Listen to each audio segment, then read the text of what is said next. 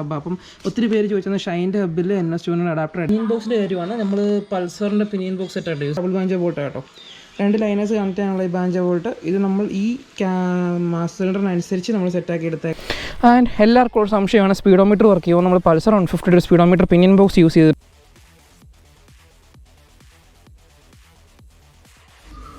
So hey guys, welcome to you are watching TV automotives YouTube channel. അപ്പോൾ ഇതിലോട്ട് എല്ലാവർക്കും സ്വാഗതം. അപ്പോൾ ഇന്നത്തെ പരിപാടി എന്ന് പറഞ്ഞാൽ നിങ്ങൾ തമിഴ്നാട്ടിൽ കണ്ട പോലെ എങ്ങനെ സ്പ്ലെൻഡർ ഡ്യുവൽ ഡിസ്ക് ചെയ്യാന്നുള്ളത് ഓൾറെഡി നമ്മൾ വീഡിയോ ചെയ്തതാണ്. പക്ഷേ ഇന്നത്തെ ഡിസ്ക്കും വേറെയാണ്, നമ്മൾ യൂസ് ചെയ്തിരിക്കുന്ന ഹബ്ബ് സാധനങ്ങളെല്ലാം വെറൈറ്റി ആണ്. അപ്പം എല്ലാത്തിനും ഡീറ്റെയിൽഡായിട്ട് ആദ്യം മുതൽ ഞാൻ പറഞ്ഞുതരാം. അപ്പോൾ ഈ ചാനൽ സബ്സ്ക്രൈബ് ചെയ്തിട്ട് ചാനൽ സബ്സ്ക്രൈബ് ചെയ്യുക. അപ്പോൾ നമുക്ക് ഇന്നത്തെ വീഡിയോട്ട് പോകാം. സോ ഗൈസ്, ഈ വട്ടം നമ്മൾ യൂസ് ചെയ്യാൻ പോകുന്നതെന്ന് പറയുന്നത് RCയുടെ BS3 മോഡൽ ഡിസ്ക്കാണ് കേട്ടോ. RCയുടെ BS3 മോഡൽ ഡിസ്ക്കാണ്. നമ്മുടെ സെൻറ്ററിലെ ഹോള് ചെറിയ ഹോൾ വരുന്ന ടൈപ്പാണ്. ഇത് ആക്ച്വലി NSൻ്റെ ഒക്കെ ആ ഒരു സെയിം ഡിസ്ക് തന്നെ കേട്ടോ. അപ്പോൾ അത് രണ്ടെണ്ണമാണ് നമ്മൾ യൂസ് ചെയ്തേക്കുന്നത്.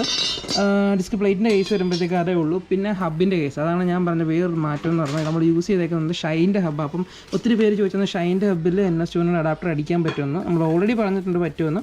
നമ്മൾ ആ ഒരു രീതിക്ക് തന്നെയാണ് നമ്മൾ ഇതും സെറ്റ് ചെയ്തേക്കുന്നത്. ബാക്ക് സൈഡ് വരുമ്പോഴത്തേക്കും കണ്ടല്ലോ, അത് നമ്മുടെ പൾസറിൻ്റെ പോലെ തന്നെ വരുന്നത്, വലിയ വ്യത്യാസമൊന്നുമില്ല. അപ്പോൾ ഇത് വെച്ച് മുറുക്കുന്നതിൻ്റെ വീഡിയോസും കാര്യങ്ങളൊന്നും കാണിക്കാത്ത വേറൊന്നും കൊണ്ടല്ല, ഓൾറെഡി പല വട്ടം നമ്മുടെ ചാനൽ കാണിച്ചിട്ടുണ്ട്. അപ്പോൾ ഡൗട്ടുള്ളവർ ഇതിന് മുന്നേ നമ്മൾ ഇതിൻ്റെ ഡീറ്റെയിലായിട്ട് ഡ്യുവൽ ഡിസ്കിൻ്റെ ഡീറ്റെയിലായിട്ട് വീഡിയോ ചെയ്തിട്ടുണ്ട്. അപ്പോൾ ജസ്റ്റ് വന്നിട്ട് നോക്കിയാൽ മതി. അപ്പോൾ ഇത് നമ്മൾ ഹബ്ബ് സെറ്റ് ചെയ്തിട്ടുണ്ട്. ഇനി അടുത്ത പരിപാടി എന്ന് പറയുന്നത് ഇതിലോട്ട് നമ്മുടെ ഡിസ്ക് പ്ലേറ്റ് സീറ്റ് ചെയ്യിക്കുക എന്നുള്ളതാണ്. നമ്മൾ കറക്റ്റ് ഈ ഡിസ്ക് പ്ലേറ്റ് കൊടുത്ത് വർക്ക് ചെയ്യുന്നതുകൊണ്ട് കണ്ടല്ലോ സീറ്റിങ് പക്കയാണ്. അപ്പോൾ നമുക്ക് ഇതിന് നട്ടും കാര്യങ്ങളൊക്കെ ഇട്ട് മുറുക്കിയിട്ട് ഞാൻ ബാക്കി ഫർദറായിട്ടുള്ള പറഞ്ഞുതരാം. സോ ഗൈസ്, അപ്പോൾ നമ്മൾ പറഞ്ഞുകൊണ്ടെന്ന് പറഞ്ഞാൽ നമ്മൾ ഡിസ്ക് നമ്മുടെ ഹാഫ് ഹബ്ബിലോട്ട് സെറ്റ് ചെയ്തിട്ടുണ്ട് കേട്ടോ. ഇതുപോലെ 12-ൻ്റെ ബോൾട്ട് ഇട്ടാണ് സെറ്റ് ചെയ്തേക്കുന്നത്. വേറെ തട്ടുന്ന പ്രശ്നമുള്ള കാര്യങ്ങളൊന്നുമില്ല. പിന്നെ ഉള്ളത് പിനിയൻ ബോക്സിൻ്റെ കാര്യമാണ്. നമ്മൾ പൾസറിൻ്റെ പിനിയൻ ബോക്സ് സെറ്റായിട്ട് യൂസ് ചെയ്തത്. കാരണം എന്നുള്ള ഞാൻ പറയാം, ബോക്സും മിക്കവാറും പിനിയൻ ബോക്സിനായിരിക്കും യൂസ് ചെയ്യുന്നത്. ആൻഡ് നമ്മുടെ അഡാപ്റ്ററിൽ പക്കയായിട്ട് മുറുക്കിയിട്ടുണ്ട്. അകത്തോടെ നോക്കുവാണെങ്കിൽ മനസ്സിലാവും ലെങ്കീസ് അകത്തോടെ നിൽക്കുന്ന കാണാം. സംഭവം ത്രെഡ് ചെയ്തിട്ടുണ്ട് നമ്മുടെ ഹബ്ബിൽ, അതുകൊണ്ടാണ് ലെങ്കീസ് നിൽക്കുന്നത്.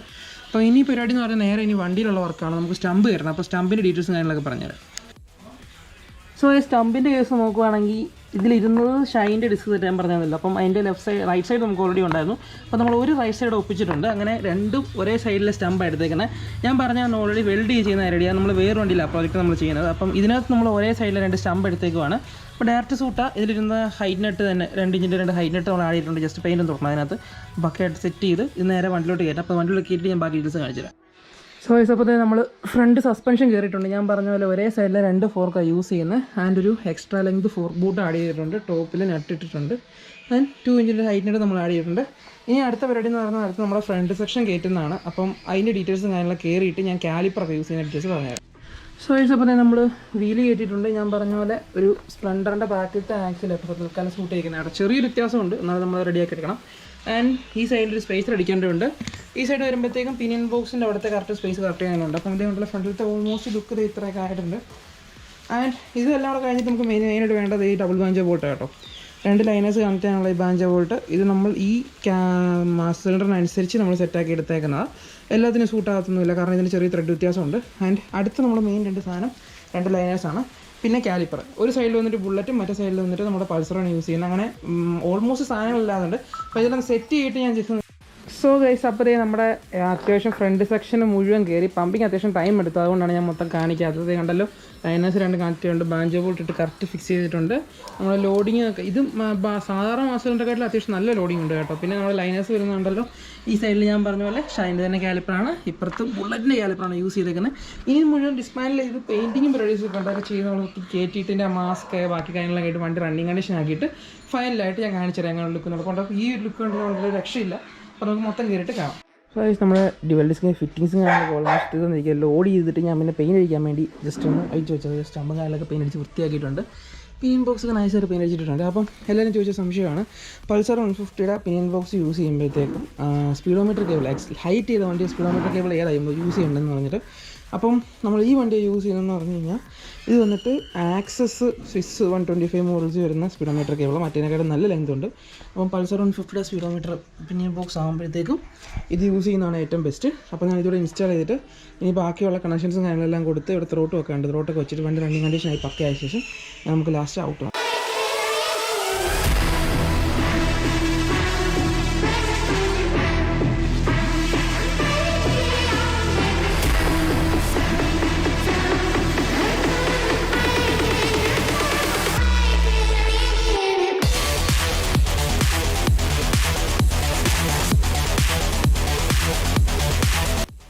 അപ്പം നമ്മുടെ ഫ്രണ്ടിലേ നമ്മുടെ ഡ്യുവൽ ഡിസ്കിൻ്റെ വർക്ക് മുഴുവൻ കഴിഞ്ഞിരിപ്പുണ്ട് കേട്ടോ. അപ്പം ആദ്യം മുതൽ പറയുവാണെങ്കിൽ ഇത് വന്നിട്ട് സ്പ്ലെൻഡറാണ് വണ്ടി.